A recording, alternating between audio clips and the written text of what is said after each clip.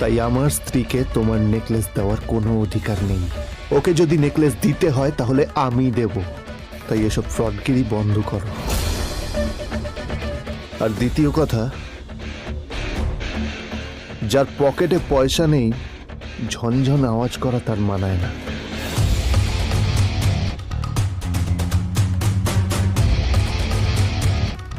নীল বিজনকে তার সোয়াগ দেখিয়ে বেরিয়ে গেল।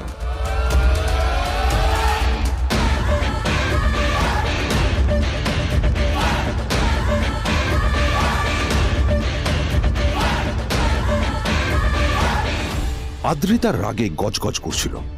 ওর জ্বলন্ত চোখের সামনে শুধু নীলের মুখটা ভেসে উঠছিল। ও যতই নীলের কথা ভাবছিল ততই ওর রাগ বেড়ে যাচ্ছিল। গত কয়েক মাস ধরে আদ্রিতার কোম্পানির অবস্থা একেবারেই ভালো ছিল না। আদ্রিতা তা সামলানোর আপ্রাণ চেষ্টা করছিল। কি যে করবেও সেইটাই বুঝে উঠতে পারছিল না। তারপর বিজনের সাথে ওর দেখা হলো, আর তখনই বিজনের সাথে ওর বন্ধুত্ব হলো। বিজন একটা খুব বড় পরিবারের সদস্য। আজ বিজন শুধুমাত্র আদ্রিতার কোম্পানির একজন বিজনেস পার্টনারই নয়, সাথে বড় ইনভেস্টরও। আর শুধুমাত্র বিজনের কারণেই আদ্রিতার কোম্পানি এখনো চলছে।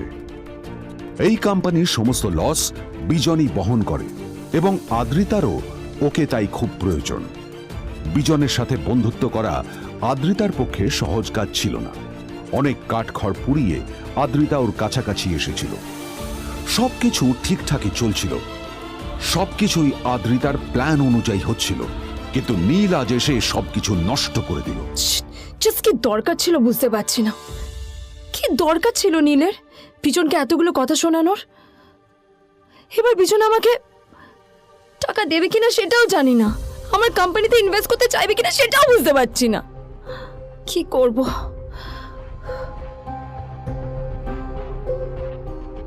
এখন আদ্রিতা ওকে কিভাবে বোঝাবে? ভুল করে যদি বিজন ওর টাকা ফেরত চায় তবে আদ্রিতার কোম্পানি সেন কর্পোরেশন খুব বড় সমস্যায় পড়ে যাবে। তারপর কি হবে? সেন পরিবারের দেখভাল কে করবে? এইসব ভাবতে ভাবতে আদ্রিতা নিজের উপরেও রেগে গেল। আসলে দোষটা ওর নিজেরই। আদ্রিতা কেন নীলকে ওদের মাঝে আনতে গেল? নীলকে অফিসে নিয়ে আসারই বা কি দরকার ছিল? আর যদি সে নীলকে সাথে করে না আনতো তাহলে বিজন এখন ওর সাথেই বসে থাকতো।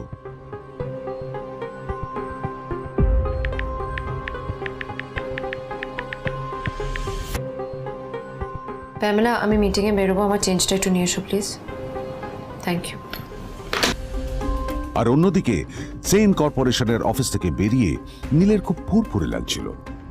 তখনই হঠাৎ ওর ফোনটা বেজে উঠল। ফোনটা ছিল মিস্টার রায় চৌধুরীর। তিনি ছিলেন শহরের সব থেকে বড় বিজনেসম্যান। হ্যাঁ মিস্টার রায়চৌধুরী, আমি আপনাকেই ফোন করতে যাচ্ছিলাম। আমি একজন বিশেষ লোকের সাথে তোমার একটা মিটিং ফিক্স করেছি। ওর অ্যাড্রেস আমি তোমাকে টেক্সট করে দিয়েছি। আমি চাই তুমি ওই লোকটার সাথে মিট করো। ঠিক আছে, আমি যে কোনো কারোর সাথে দেখা করতে পারি, কিন্তু তার জন্য আপনাকে আমার দুটো শর্ত মানতে হবে। প্রথমটা, আমার জন্য একটা রেয়ার হীরের নেকলেস আপনাকে জোগাড় করে আনতে হবে। আর দ্বিতীয়টা, আমি আপনাকে টেক্সট করছি, এটাও কিন্তু একই রকম জরুরি। এই দুটো কাজ আপনাকে যত তাড়াতাড়ি সম্ভব করে ফেলতে হবে আমার জন্য, ঠিক আছে?